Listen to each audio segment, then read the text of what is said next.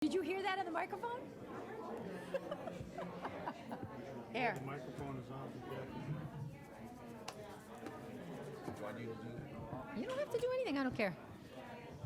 Okay, if everybody would like to take a seat, we're going to get started. Welcome to the Town Board meeting of July 21st, 2020. Oh, give it a second. Mr. Quinn, that means you too. Thank you. We're going to start with the Pledge of Allegiance. Allegiance to the flag of the United States of America and to the republic for which it stands, one nation, under God, indivisible, with liberty and justice for all. Ms. Town Clerk, can you take a roll call?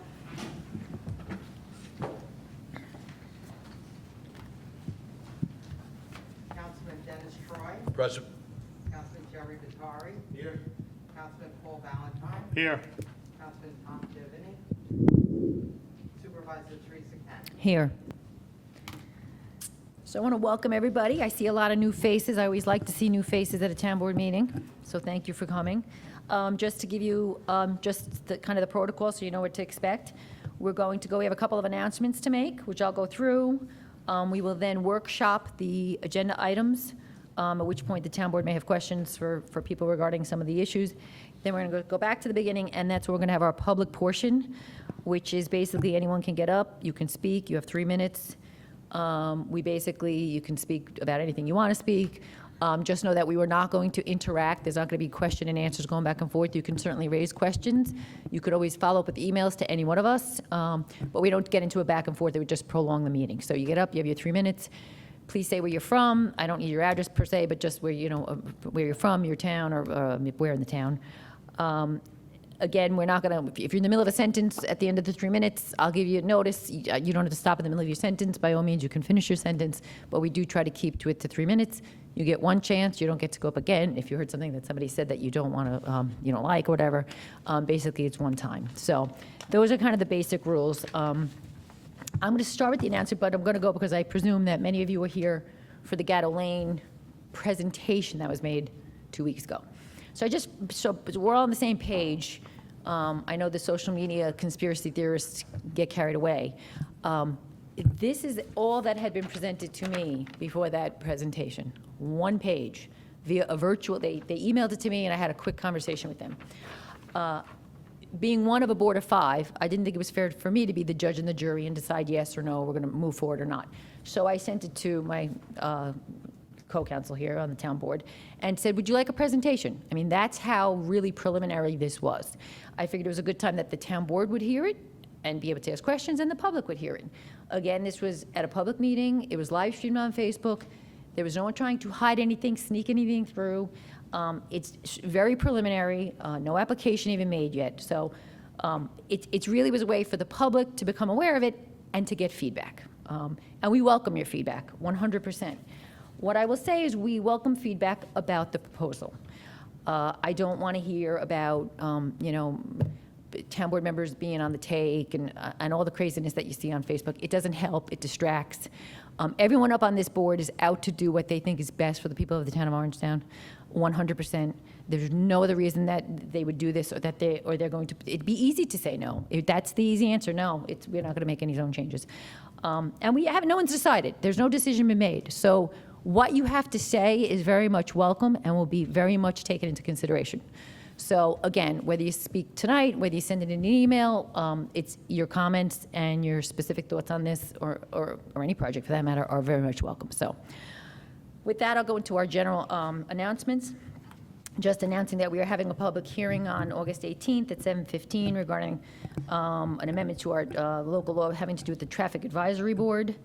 We're also having a public hearing that same night at 7:25 regarding a proposed amendment to the town code regarding a special permit for outdoor parking and storage of vehicles.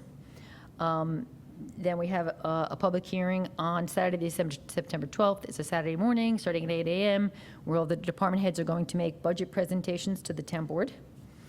I just want to point out that the town, starting yesterday and through the next couple of days, we've opened up Town Hall as a cooling center. So fortunately, we haven't seen the need for it, but, as libraries are closed and things are closed, we do have tables set up, we have power strips, we have free Wi-Fi, we have water, we have bathrooms, so, if anybody knows anybody who needs a place to come and cool off, we are here from 9 a.m. to 9 p.m.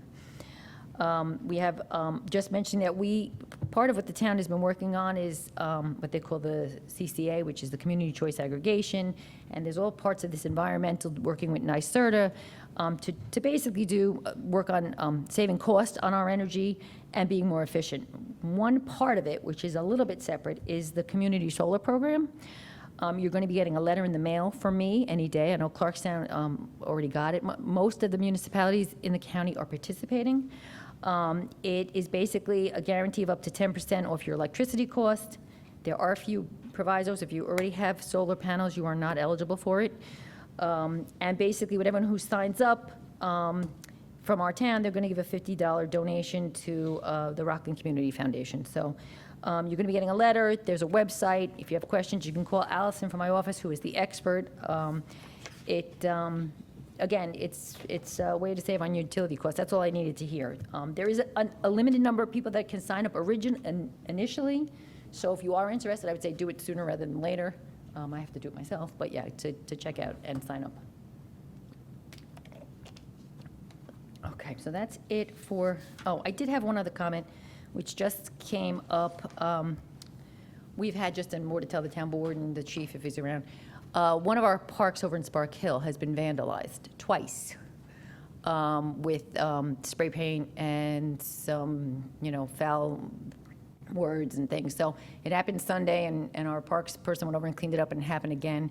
So I'm officially asking the police department to try and do an investigation. I'm not going to go into what's on it. It's not nice. I know the pictures were taken. This is a kid's playground. And they did it twice. They suspect it's the same person.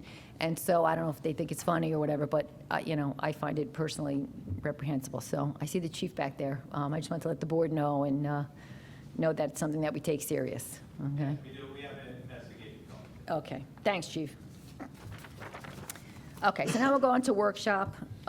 We have basically, after the public comment, we're just basically, number 3 is we're changing the times of the meetings. We had voted earlier to change the time, so we're moving the police commission to 6:30 and our town board meetings starting at 7. The dates are the same, just the times are changing.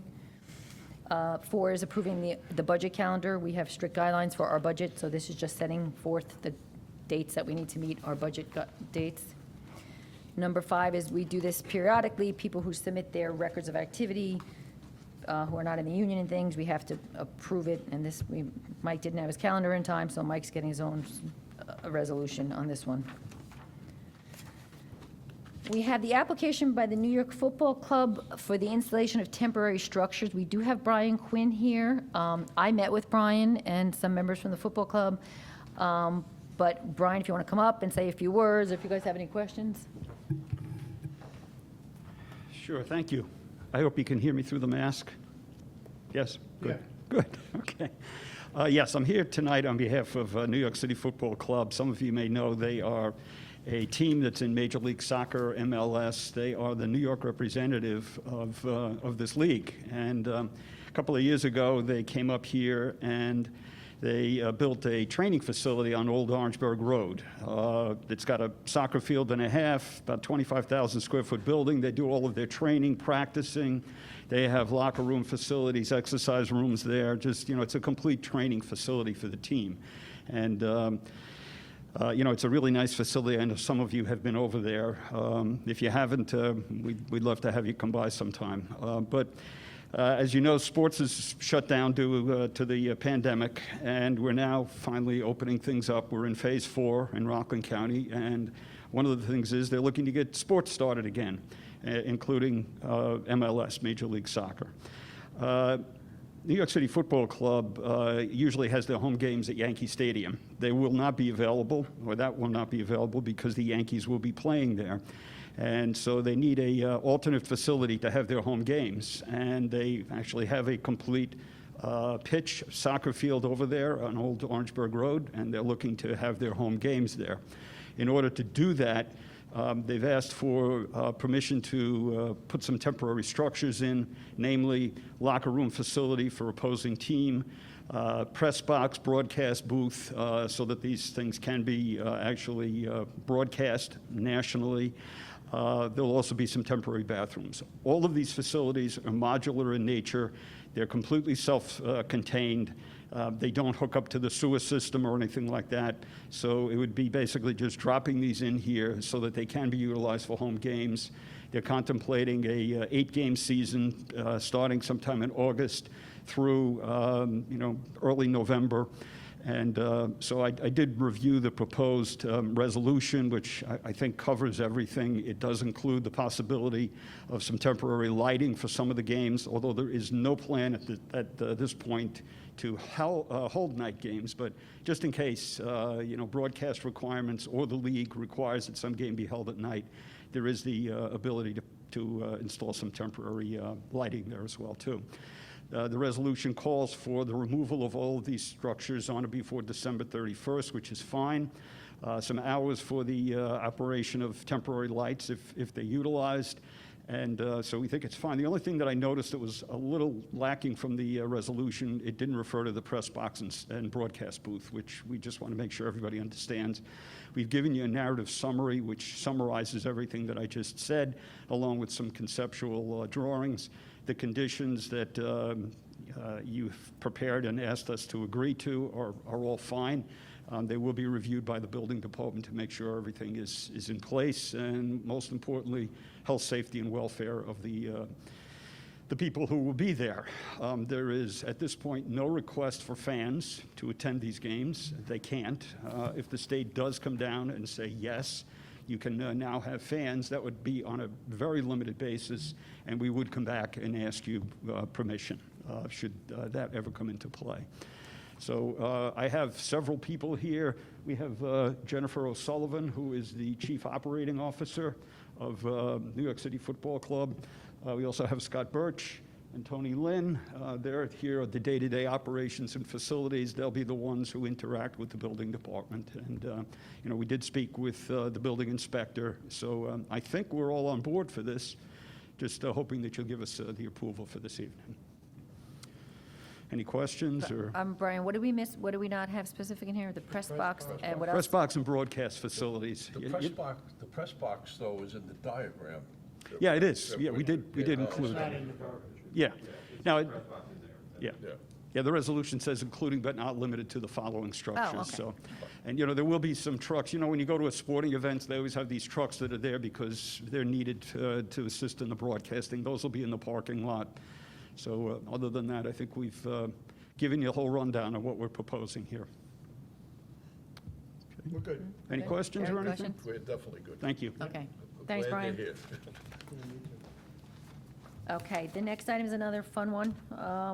This is the infamous at this point now Kickstart Orangetown, the event for August 1st. We are going to be finally closing down Central Avenue. Hopefully the weather will hold out.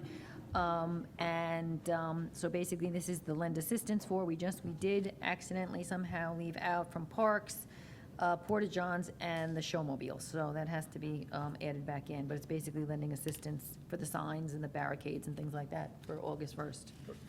And I expect to see everybody out there, rain or shine. Number 8 is a drainage easement, basically on the town attorney's office and engineering. We are, this is an easement that's being granted. Number 9 is Jungle Lasers agreement for highway department. I met with them. They met a very compelling need for it to do with their paper keeping and their timekeeping and their records. So basically, I guess it is something that had been looked at. If we pay up front, we get a discount. It's in their budget. But they convinced me that it was something that's important to have. And again, if you want, I don't know if anyone is from Highway. If anybody has questions? No, I don't. I've read it. Yeah, you read it? Yeah, he sent a very nice, well-written thing. Okay. Accepting donation of plantings from the Townhouse Historical Society. They're basically donating some planters and there's just, I guess it's going to be a Japan Memorial Park, yeah. Awarding the contract to the HVAC maintenance and automated controls to Johnson Controls. Awarding the contract to Veterans Park for the basketball resurfacing to Sport Tech Acrylics. You have declaring a couple of vehicles surplus. Anybody wants an old police car? And then accepting and filing some documents, which is kind of standard. When documents come back, we accept them and file them, so that there, and then we're going to do the audit. So with that, we're going to go to the public portion. I just want to add a couple of things about the Goto land that I had kind of meant to say. I don't know how many of you actually got to see. I know it was in the presentation. I know, but I don't know how well you could see it. So what I'm going to do is, after tonight, I will make sure that our IT puts it up on the website so anyone can get a kind of better look at it and see what it is. Just again, to the extent you watched the presentation, I know some people didn't watch it.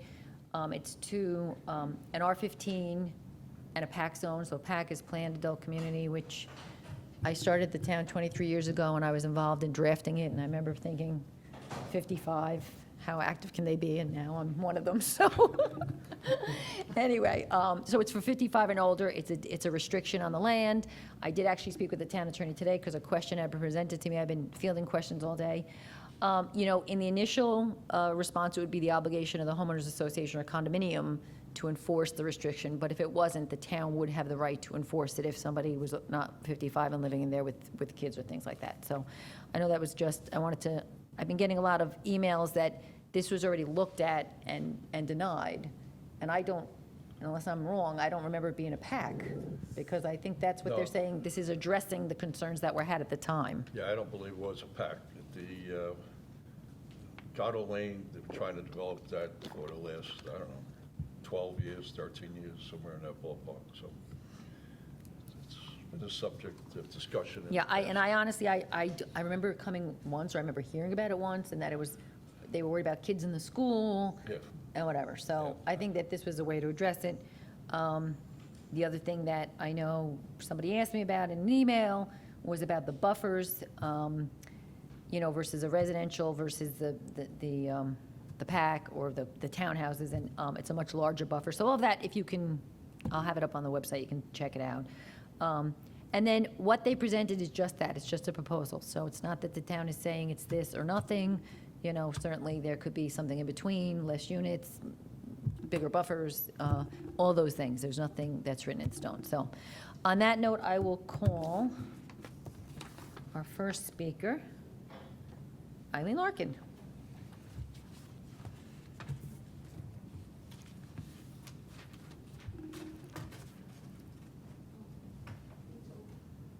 Oh, God, I do that every time. Thank you. Is it on mine? We have to make a motion open first. Can I get a motion? So, I'll second. You got it. All in favor? Aye. Aye.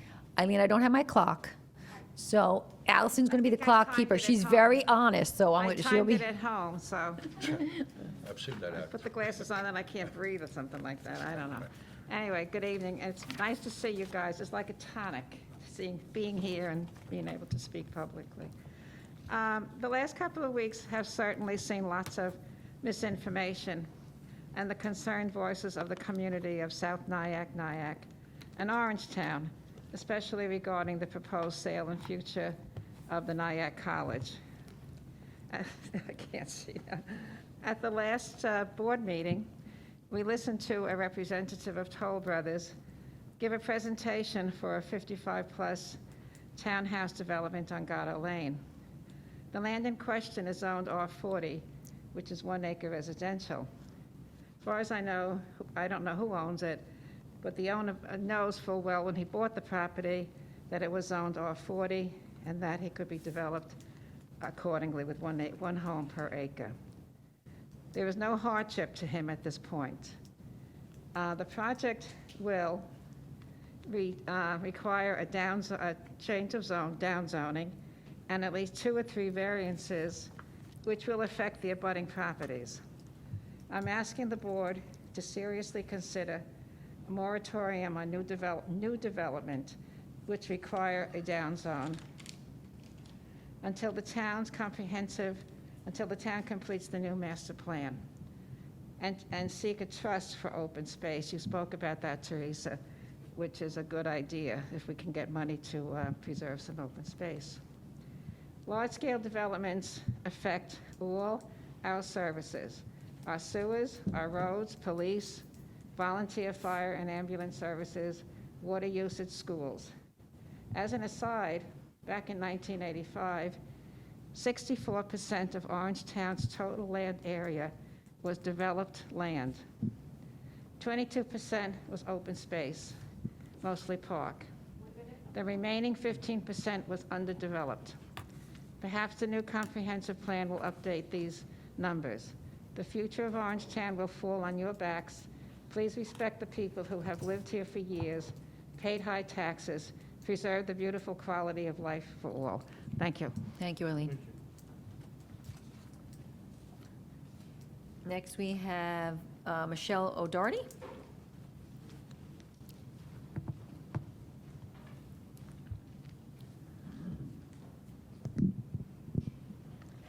Good evening, and thank you Supervisor Kenny and board members. My name is Michelle O'Doherty, and I represent the Nanuet chapter of Coupon Citizens United to Protecting Our Neighborhoods. And I have a short statement to read prepared by our board members. I don't know if you can hear me okay, but it's like suffocating under here. The potential development of the 10-plus acre property in Pearl River, known as the Goto Lane project, falls within the boundaries of the Nanuet School District and is therefore a concern to the members and board of Coupon of Greater Nanuet, or COGAN, as it raises issues of proper land use and zoning. While discussions with the town of Orangetown surrounding this development are still at a very early stage, COGAN will be closely monitoring the actions of the parties involved to help ensure that the land use and zoning laws are followed and that the community's interests are protected. That's it. Thank you. Thank you. Thank you. Okay, Sabrina Piscatelli.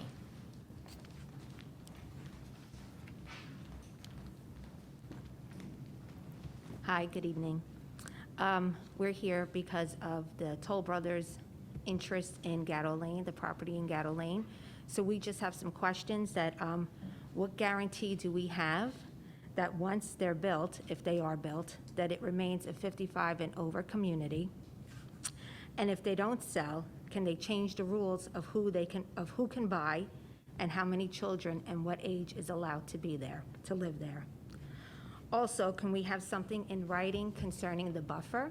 Because we've heard from builders in the past that, for example, they might say, yes, there's 125 feet buffer, but then they'll continue to get variances, and then it'll change to 100 feet, and then 50 feet, and keep going down and down.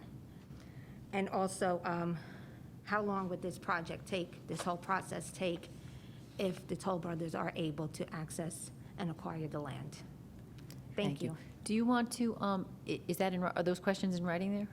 Do you want to submit them to us now? And Can I email them to you? Absolutely, Okay. absolutely. You can do supervisor@orangetown.com, and I'll get it to the board members or whatever. Okay, great. Thank you Okay, so much. thanks. Thank you. Okay, Laura Cronin?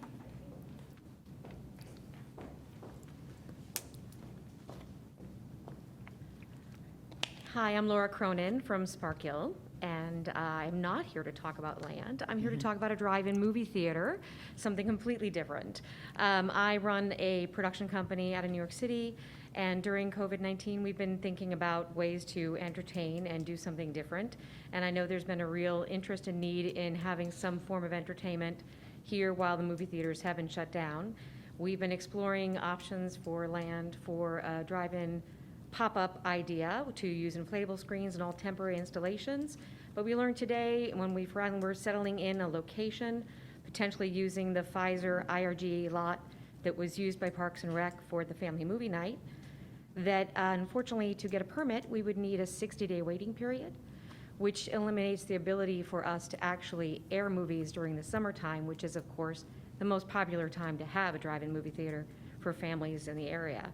So we'd like to just bring this up to the board in hopes that we could be considered for a waiver of that 60-day waiting period and have our plans looked at more seriously for a shorter term so we could potentially get a permit to activate a drive-in movie theater on the lots and provide some summer entertainment to the town.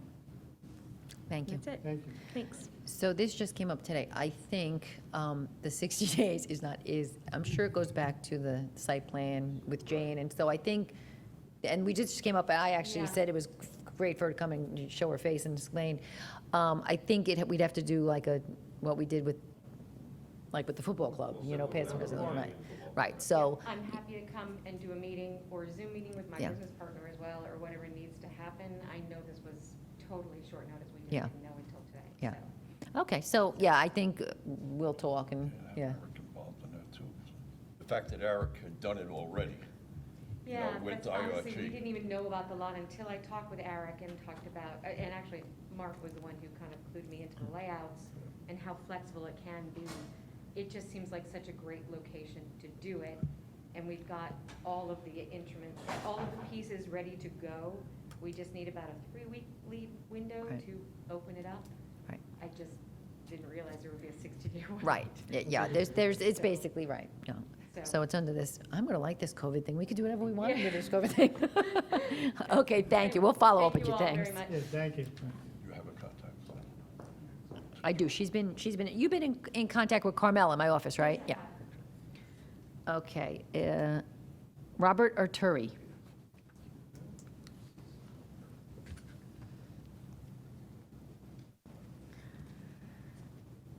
Good evening, all. My name is Robert Arturi. I live on Goto Lane. I've been a resident of Pearl River for 47 years on Goto Lane, and a few years before that. I moved to the county in 1963 from the city, where it was kind of crowded. This was a beautiful, bucolic area. Progress came, it came and came. While I am in line with all of the other people concerning this Goto Lane development, which I believe, if I'm not mistaken, was shot down when Mr. Kleiner was the supervisor. He was not allowed to get his R40 zoning, okay? He applied for it. We came, we had a presentation. We talked about the dangers. There's no access, there's one access road in and out. I understand from your proposal that there's another road out, but that's an emergency exit only. And if I look at the density, and they want 40 townhomes, 40 cars at least, maybe 45 or 50, $600,000 to start, 55 and older, okay, that's wonderful. Toll Brothers, and I spoke with a couple of Toll Brothers representatives, they talked about what a great job they do, how concerned they are about the area and their residents, et cetera, et cetera. My whole point is overdevelopment, okay? When are we going to stop? We've got the Hollows on Orangeburg Road.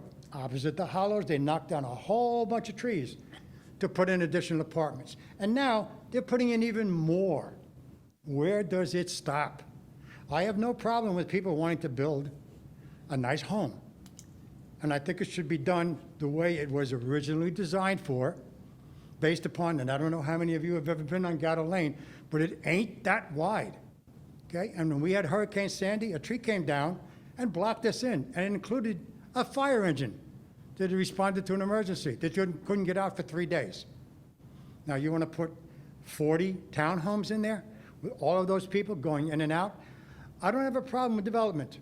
I have a problem with nobody paying attention to density and to how nice this county used to be. And I really don't want it to get to a point where we're looking at everybody all the time and we have problems with traffic, pollution, et cetera, whatever it is. But I think that we have to concern ourselves with what's it going to look like when we finally decide what's going to be done. Thank you. Thank you. Thank you. Does anybody else who didn't sign up want to speak? Just come on up. Oh, Barbara, I didn't even recognize you with the mask. Yep. You're up.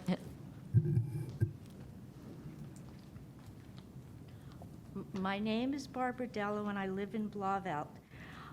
First, I want to ask the supervisor about the potential sale of Nyack College for an update to a developer for a semi-urban type development with like 4-story buildings, as well as many townhouses and lofts.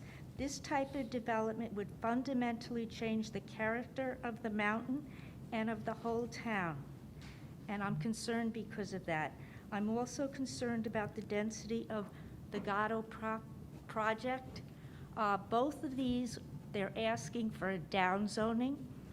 And like Eileen Larkin, I'm concerned about downzoning and the impact on the type of community we have.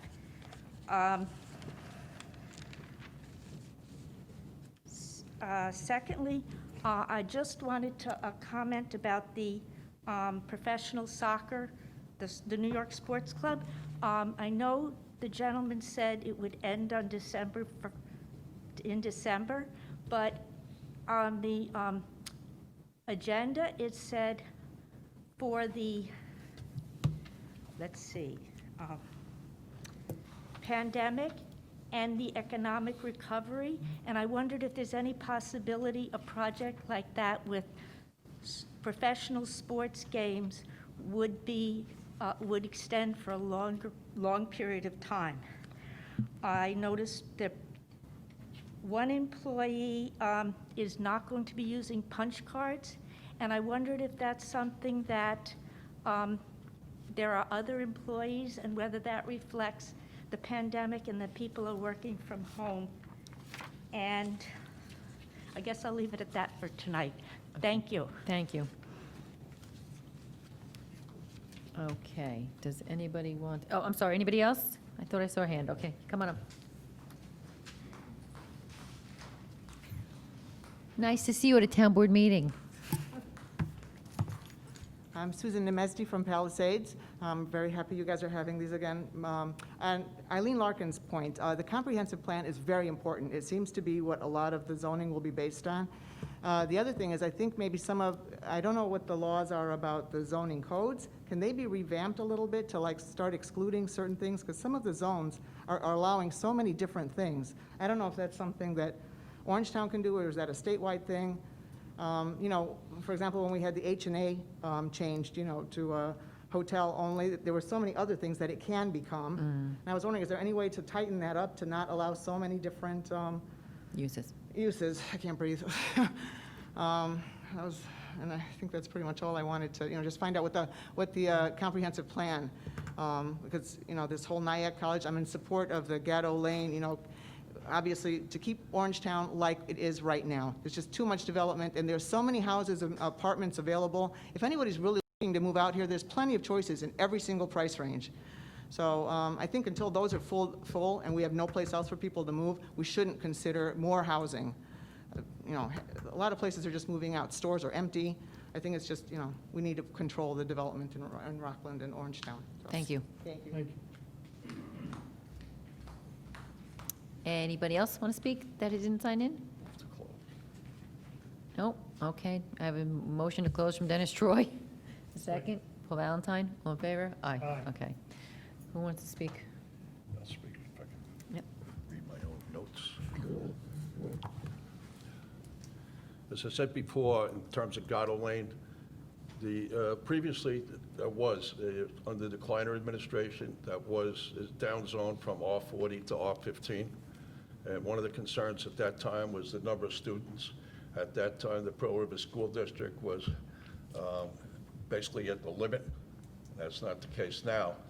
But it was not about a pack zone, I don't believe, at that time. Maybe it was, but I don't believe so.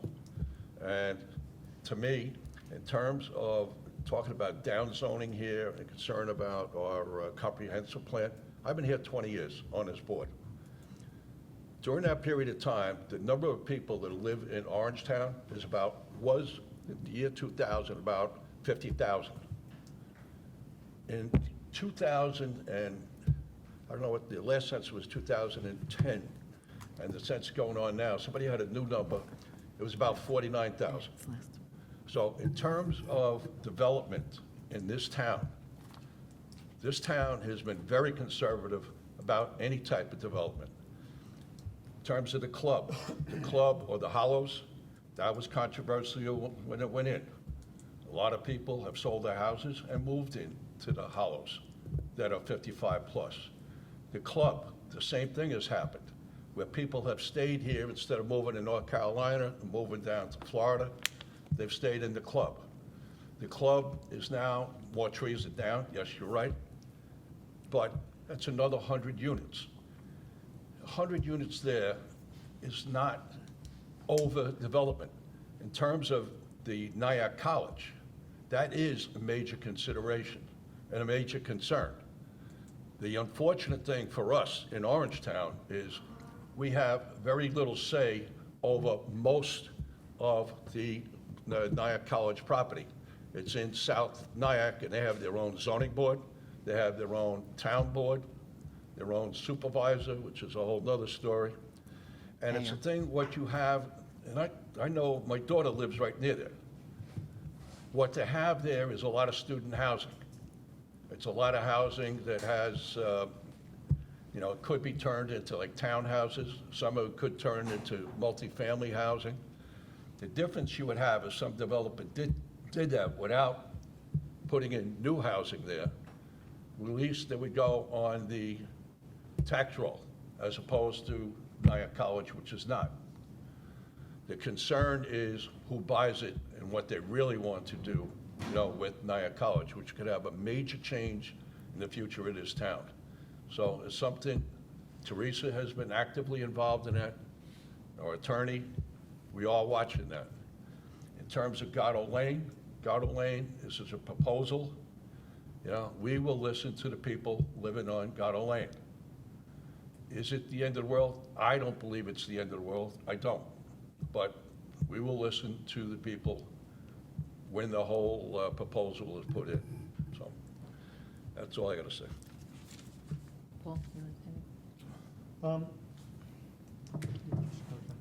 I think there was a few questions that Rob could probably answer better than me, but one was about if it is a 55 and over community, can they just change it? And it would be no, it would be a deed restriction, right? They have to file a covenant that gets filed in the county clerk's office. It's in every deed, and, it's a requirement, and it is in favor of the town, so the town can enforce that. Like the Hollows. Right, so it is in favor, and they can't just change it. They can't come back in and claim hardship if they can't sell them, or, You could always, Paul, you could always come to another board, but, even, Paul, even when the Hollows was first proposed, the housing in the Hollows was supposed to be, I don't know, 350,000 to 400-something thousand. And eventually, once it was all built, the apartments were going for, condos, 350,000, townhouses were going for 700,000. A lot of those stayed vacant for a good period of time because the housing market went down the drain. We did not change the 55 plus because of any imposition on the terms of the developer. They asked for 55 plus, that's what they got, and that's what it stays. No, No. sorry, sorry. You're more than welcome to send them in an email or something, or whatever. Jerry, you want to say anything? Yeah, I'd just like to mention that with the club and the property that's alongside of that, these are all private deals. I mean, it would be wonderful to keep property that's there, but the town just can't afford to buy up this property. So when someone decides that they're going to put and these are rentals over at the club, and they're going to put it there, I know there's a lot of trees. When I went back and looked at it, it was like, wow. But it's a private deal, and it's private property that people are selling and developing. There's not a whole lot we can do about that. That's pretty much it, I guess. So, unless there's any.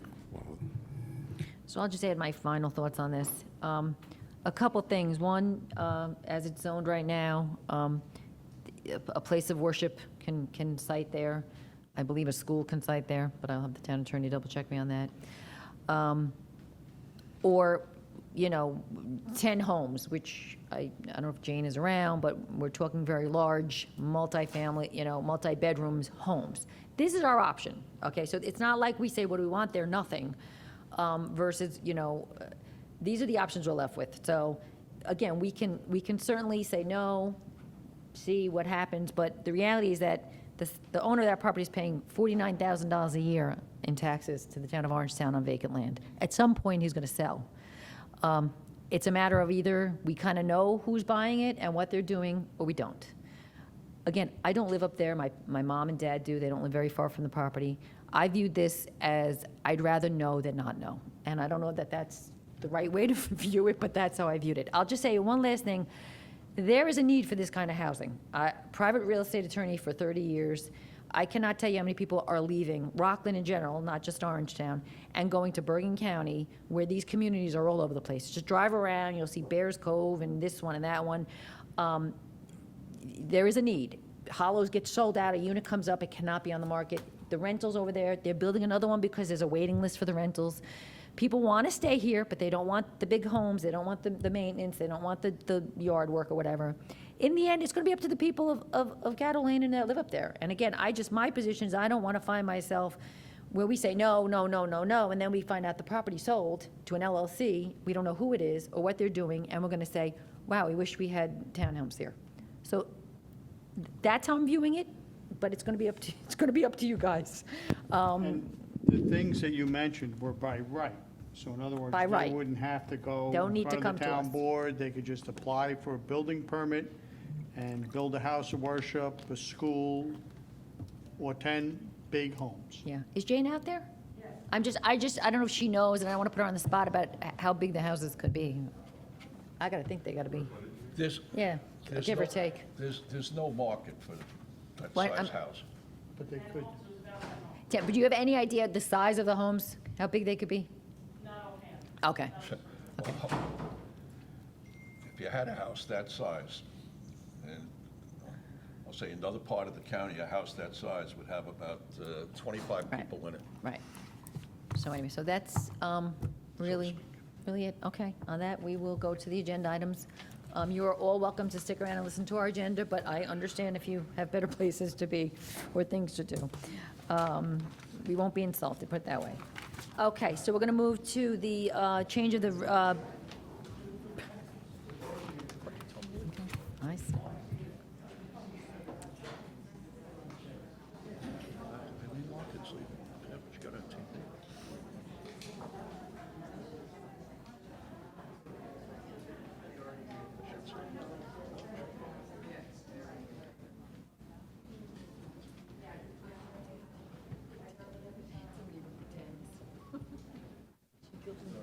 Welcome to Breaking the Action. The police are not going to be there for the budget presentation on September 12th. They do their budget presentation on September 1 at that police commission. Okay. Just wanted to put that out. Yeah, that's normal. Right, it's just standard. change anything? Not really, it just says all departments, include all departments. Oh, except police. You can just cross them out because they're all going to blend in anyway. so they do it on when? September, Police Commission. September 6th. September 1. So if you want to say except police and then put 9/1/2020, people know. Oh, so it's right there, so except police. Okay, so back to number 3. Okay, so just is basically just changing our meeting to 6:30, police commission, and 7 o'clock, a regular town board meeting. Can I get a motion? So moved. And Troy moved. I'll second. Paul Bell, second, all in favor? Jerry, gotta raise your hand. Yeah, Jerry, we can't see your hand. It's too small. So the next one is approving the budget calendar. Do we have to make a motion to make that change, or does it matter? No, that's it. Oh, it's in there, okay. Jerry Batari. Setting up, Jerry Richard. Oh, Jerry moved it? Okay, do I have a second? I'll second. Paul Valentine, all in favor? Aye. Number 5, amending resolution, basically it's setting the standard workday for Deputy Supervisor Michael Waller. I'll move it. Do I get a second? No, second. Oh, Jerry's hand went up first, Jerry Vitari second, all in favor? Aye. Approve the application by the New York Football Club for the installation of temporary structures. Can I get a motion? Jerry, sorry, he's quick with that hand now, I'm telling you. Can I get a second? Paul Valentine, all in favor? Aye. Approve lend assistance for the August 1st Kickstart Orangetown Committee event, including the request for the showmobile from Parks and Rec, which we added. Can I get a motion? I'll make Paul made a motion, Dennis Roy second, all in favor? Aye. accept a drainage easement for the property at 87 Burrows Lane in Warville. Motion. Jerry. Jerry Vittori, Dennis Troy, second, and all in favor. Aye. I told you you could have sat over here where I could see you. Approve the agreement with Jungle Lasers for timesheets and time clocks. I'll make a motion for that. Can I get a second? I'll second. Valentine, second, all in favor? Aye. Accept the donation of plantings from the Japantown Historical Society. Make a motion. Paul Valentine, move, second. I'll gladly second. Dennis Troy, second. All in favor? Aye. Award the contract for Town Hall HVAC maintenance and automation controls to Johnson Controls. Can I get a motion? Jerry. Paul made the motion, Jerry seconded. All in favor? Aye. Your hand's getting tired, huh, Jerry? You're a little slow that time. Award the contract for Veterans Park basketball resurfacing to Sports Tech Acrylics. Can I get a motion? Jerry's making that, I'm seconding it because we're both great basketball players. Okay, so Jerry. Jerry moved, Dennis second. All in favor? Aye. Self-proclaimed. Yeah, over the hill, way over. Okay, declare surplus vehicles from the, on the recommendation of the chief of police, there's these black Ford Crown Victoria vehicles. Can I get a motion? So moved. Dennis Troy moved, second. Paul Valentine, all in favor? I get a question on that, though. Okay, now How- it's done. Chief, how come there's no law that people who buy the surplus black and whites don't have to paint them? The law, actually, the only law in New York State that deals with the color of a police vehicle is state trooper cars. That's the only color you can't keep a car. The police ones, you only have to take the patches off for other cars. It's odd, but. yeah, And we don't do it before we don't do it before we, Take the patch. We take the patches off, we don't repaint it. oh, So it's still black and white. Yeah. oh, okay, But okay. you'll see I was like, taxi cabs will have it. Yes. Yes, I do. But yeah, the only thing we have is you have to take like the lights out and things like that, but, and the patches out. You take the weapons out. Yeah. Hopefully. That's a bonus. And change the keys. It's 100,000 miles, but 1,000,000 miles on the motor. Yeah, that's, you know, that's That's what they plus, do. the only things that can't stay the same color, just stay with the Okay, number 14, we're accepting and receiving, we have the adopt a spot agreement with Donnelly Landscaping, the town board minutes from June 2nd and 16th, and the regular town board meeting of June 23rd, temporary revocable license agreement with ELP LLC and Rileby LLC, Grape to Vine, and agreement for reimbursement for overtime for counterterrorism training with Rockland County. That was Dennis moved it, second? I'll second. Paul Valentine, all in favor? Aye. Okay. So on the audit,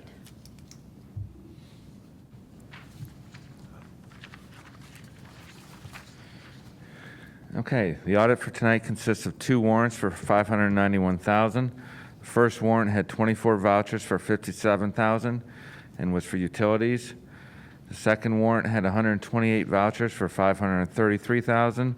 Items of interest, Atlantic Salt, number 2, $66,000 for highway salt. Number 5, Capasso, $68,000 for refuse removal.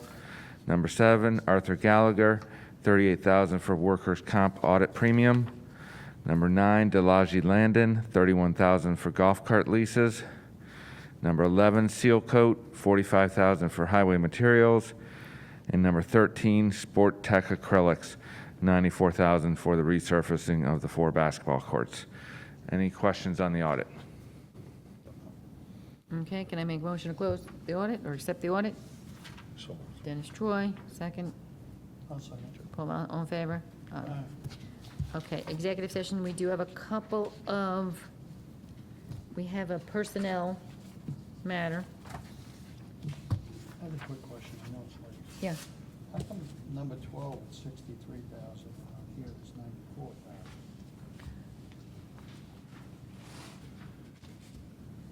Which one are you talking about? Is that the same same? Jeff, it's 13 on your audit, the same as 12 on our agenda? No, different basketball court. Okay, that's all I need to hear. It's for Independence, mostly Independence, and then Tap Band 303, we're doing some work over there. The this is Veterans Park. The one that's on the agenda tonight is Veterans Park. Okay. Okay, so quick executive session for personnel. Rob, do we have to do about, is there anything on the sale lease of? They want to talk about possibly land sales, the value of Okay. And personnel. And personnel. So you can add that in there. Okay, so we are going to be going to an executive session. We're not taking any votes when we come out. We are going to be adjourning in memory of Beatrice Florence Battolato and Giovanni Baiano, which is that very tragic. Yeah, really bad, really, that's really bad, so, anyway. So, again, we're gonna close in memory, we're gonna go into executive session, we're not coming back, so can I get a motion? Dennis Troy, second. I'll second it. Paul Valentine, all in favor? Aye. I was gonna go to my office, you could probably do it here, but anybody would.